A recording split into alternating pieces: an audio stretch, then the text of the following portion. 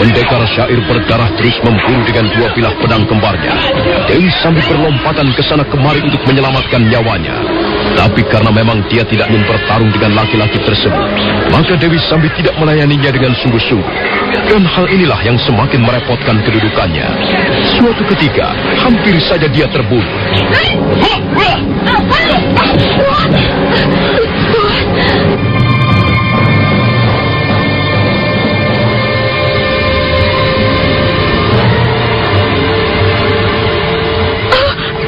Tuhan, ampun, jangan bunuh saya.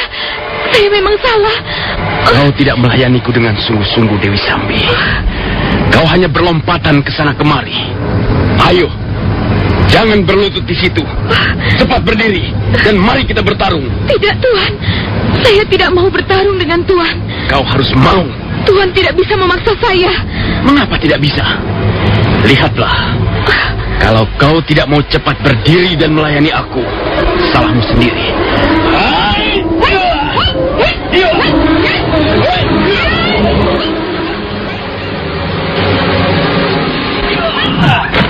Nampaknya pendekar syair berdarah tidak main-main. Dia mengayunkan pedangnya dengan kecepatan tinggi. Kalau saja Dewi Sambi tidak segera menangkis dan melompat ke samping, tentulah tubuhnya sudah terbelah menjadi dua bagian.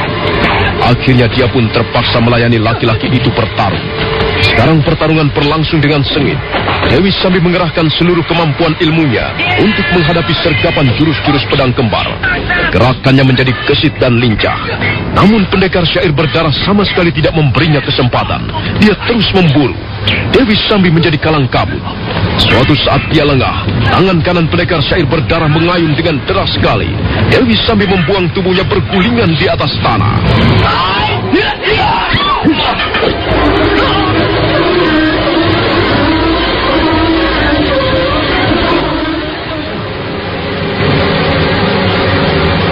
Mata pedang itu dengan deras meluncur ke arah tubuhnya. Dewi Sambi tidak berkutik lagi, karena pada saat dia bergulingan, tubuhnya menabrak sebuah pohon besar. Akhirnya dia menutup matanya sambil menunggu ajalnya tiba. Tapi aneh sekali, seketika suasana menjadi sunyi. Dewi Sambi meraba tubuhnya sendiri, mencari barangkali ada bagian yang sudah terluka. Tapi ternyata tubuhnya masih utuh seperti sedia kala. Perlahan-lahan dia membuka matanya. Dan dia melihat pendekar syair berdarah berdiri tegak di hadapannya sambil tersenyum dingin. Sebenarnya aku bisa dengan mudah menghabisimu, Dewi Sambi. Tuhan, mengapa Tuhan tidak melakukannya? Kali ini aku mengampunimu, tapi dengan syarat. Syarat apa, Tuhan? Kau tadi menyarankan kepadaku agar aku menghentikan pembunuhan-pembunuhan ini. Agar aku berhenti menjadi pendekar syair berdarah. Mengapa harus begitu? Tuhan, marilah. Tenangkan dulu hati Tuhan. Biarlah nanti akan saya jelaskan.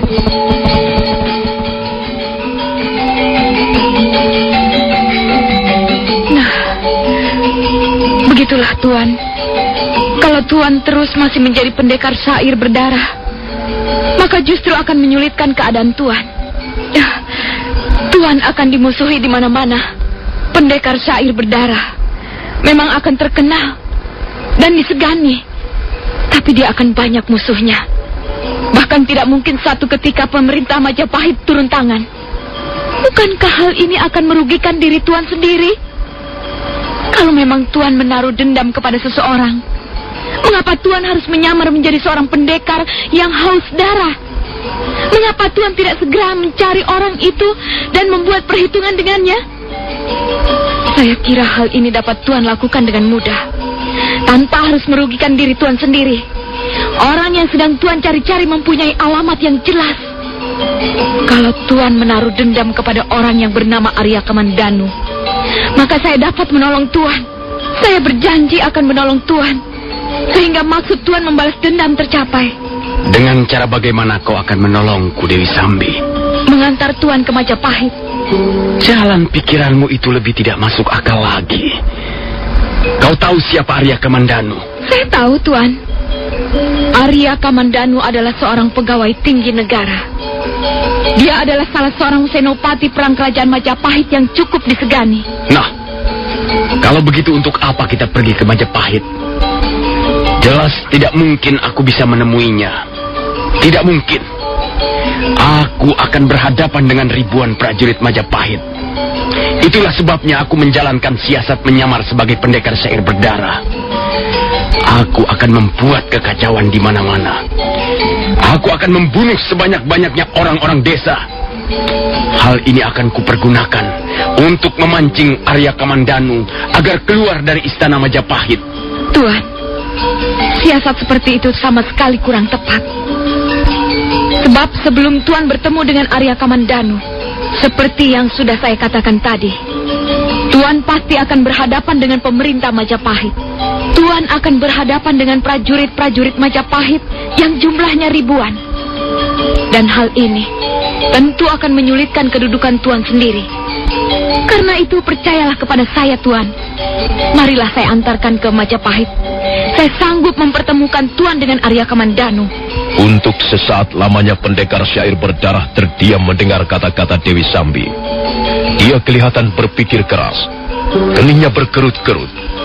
Dewi Sambi tersenyum dalam hati karena segera tahu bahwa siasatnya akan berhasil. Dia tahu bahwa akhirnya pasti akan dapat menguasai laki-laki yang menyebut dirinya pendekar syair berdarah itu. Bagaimana, Tuan? Apakah Tuan dapat menerima tawaran saya? Barangkali siasat saya ini nanti belum tentu membawa hasil yang baik. Tapi setidak-tidaknya, siasat saya jauh lebih mapan dibandingkan dengan siasat Tuan yang menyamar sebagai pendekar syair berdarah. Sebab Arya Kamandanu tidak mungkin keluar dari istana Majapahit hanya untuk membunuh seorang pendekar. Baiklah Dewi Sambi, aku terima tawaranmu. Lalu kapan kita berangkat? Maaf Tuan, Majapahit masih cukup jauh dari sini. Saya kira kita harus mencari 2 ekor kuda.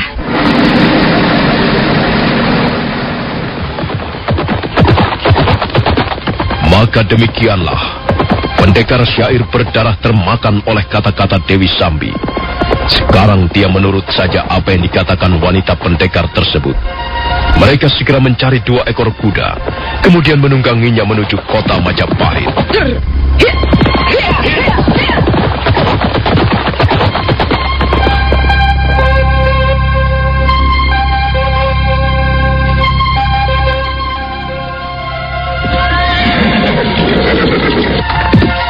Mengapa kita berhenti, Dewi Sambi? Oh, ada satu hal yang ingin saya tanyakan kepada Tuan. Apa itu? Apakah Tuan sudah benar-benar tahu siapa sebenarnya musuh besar Tuan itu? Tahukah Tuan siapa sebenarnya Arya Kamandanu itu? Apa maksudmu? Maksud saya, apakah Tuan kira-kira sudah dapat mengukur kemampuan Tuan? Arya Kamandanu adalah seorang pendekar tangguh. Dia seorang pendekar Majapahit pilih tanding untuk saat ini. Dan yang perlu Tuan ketahui ialah bahwa dia mempunyai sebilah pedang yang luar biasa dahsyatnya. Aku tidak takut, sekalipun dia meminjam kesaktian dari para dewa. Bukan soal takut atau berani, Tuan. Tapi kita harus memikirkan masak-masak, merencanakan sesuatunya dengan matang. Sebelum kita bertindak, Tuan, saya kira kita perlu menjalankan sedikit siasat untuk dapat membinasakan Arya Kamandanu. Aku tidak perlu siasat-siasat semacam itu, Dewi Sambi. Kalau kau ingin membantu aku, cukup kau pertemukan aku dengan Arya Kamandanu. Selanjutnya, biarlah aku yang akan membereskannya. Apakah Tuan tidak takut gagal? Aku yakin aku akan berhasil.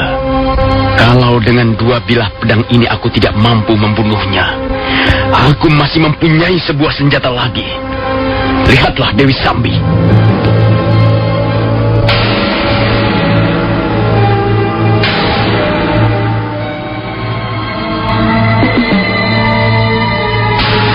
Pendekar syair berdarah melompat mundur sejauh 3 batang tombak. Kemudian dia berdiri tegak dan matanya terpejam. Wajahnya tegang dan bibirnya bergetar. Pada saat mata itu kembali terbuka, maka mata itu sudah berubah menjadi seperti sepasang mata burung hantu. Aku datang dari balik kabut hitam. Aku terbang menyeberangi samudera darah. Aku pangeran kegelapan. Kan kubuat matahari pecah terbelah. Kan kubuat isi dunia berwarna merah. Dengan kidung pamungkas, kan ku genggam, ku remes hancur seluruh isi jagat raya. Iya.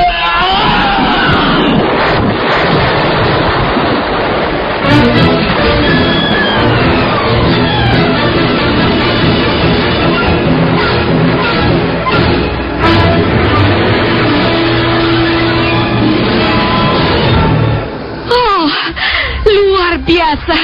Sungguh dahsyat ilmu pukulanmu, Tuan. Aku tidak sombong. Kalau sampai aku bertemu dengan Arya Kamandanu, dalam satu gebrakan, aku sanggup menghancurkan kepalanya. Baiklah, Tuan. Tapi Tuan harus berhati-hati. Arya Kamandanu pastilah mempunyai segala macam cara untuk mempertahankan dirinya. Tapi Tuan tidak usah khawatir. Saya akan membantu Tuan. Boleh juga ilmu pukulannya. Aku semakin menaruh harapan pada laki-laki itu. Paling tidak, sekarang aku mempunyai seorang teman yang bisa membantuku melampiaskan dendamku atas kematian Kakang Bajil. Mungkin laki-laki ini tidak akan bisa mengalahkan Arya Kamandanu. Tapi kalau hal itu kami lakukan bersama-sama, pastilah Arya Kamandanu akan bertekuk lutut. Arya Kamandanu. Arya Kamandanu. Satu saat aku pasti akan membinasakanmu. Nah, bagaimana Dewi Sambi? Kita teruskan lagi perjalanan.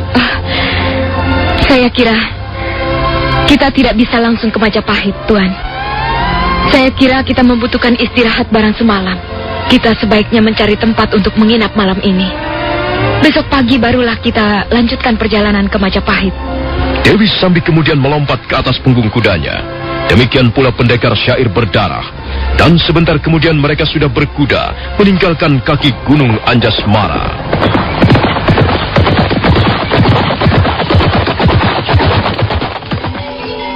Ayo kita istirahat sebentar. Besok pagi sebelum fajar menyingsing, kita lanjutkan perjalanan. Hei, mengapa Tuan masih duduk di situ? Marilah, apakah Tuan merasa sungkan untuk tidur berdekatan denganku? Kalau kau sudah mengantuk, tidurlah. Jangan mengurusi aku. Oh ya, saya tiba-tiba ingat pendapat Tuan tentang wanita melalui bait syair yang pernah Tuan ucapkan. Tuan mengatakan bahwa wanita adalah sebuah ranjang yang hanya bisa membawa laki-laki ke dunia mimpi. Apakah sekarang ini Tuan tidak ingin bermimpi? Tidak. Sungguh? Tuan tidak ingin bermimpi?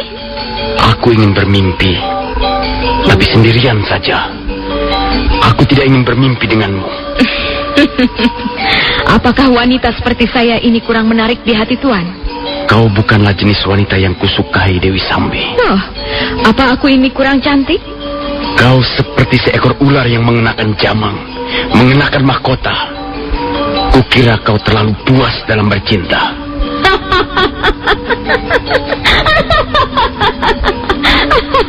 Barangkali Tuan lebih suka wanita yang lembut-lembut? Sudahlah, aku juga sudah mengantuk. Mari kita tidur. Di mana Tuan akan tidur?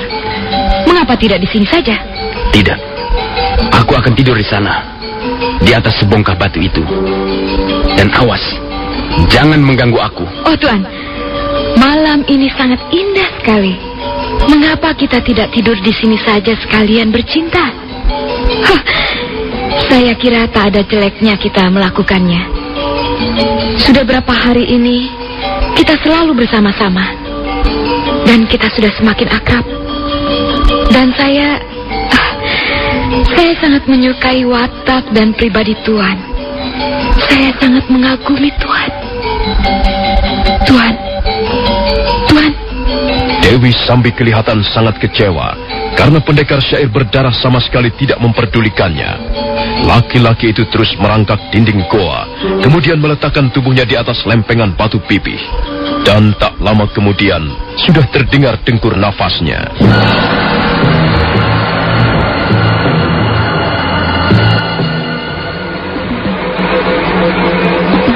Dewi Sambi mendesah perlahan. Dia benar-benar sangat kecewa. Dia memang seorang wanita berdarah panas. Selama ini dia bergaul rapat dengan Empu Bajil yang sanggup memberinya kepuasan-kepuasan jasmania. Dan sejak kematian Empu Bajil, dia merasa sangat kehilangan dan dia sering merasa kesepian. Kurang ajar laki-laki itu. Dia telah menolak uluran cintaku. Dia telah menolak bermain cinta denganku. Aku jadi penasaran. Aku tidak yakin apakah dia benar-benar menolakku. Nah, aku akan mencobanya. Dia pasti akan terlena oleh rayuanku.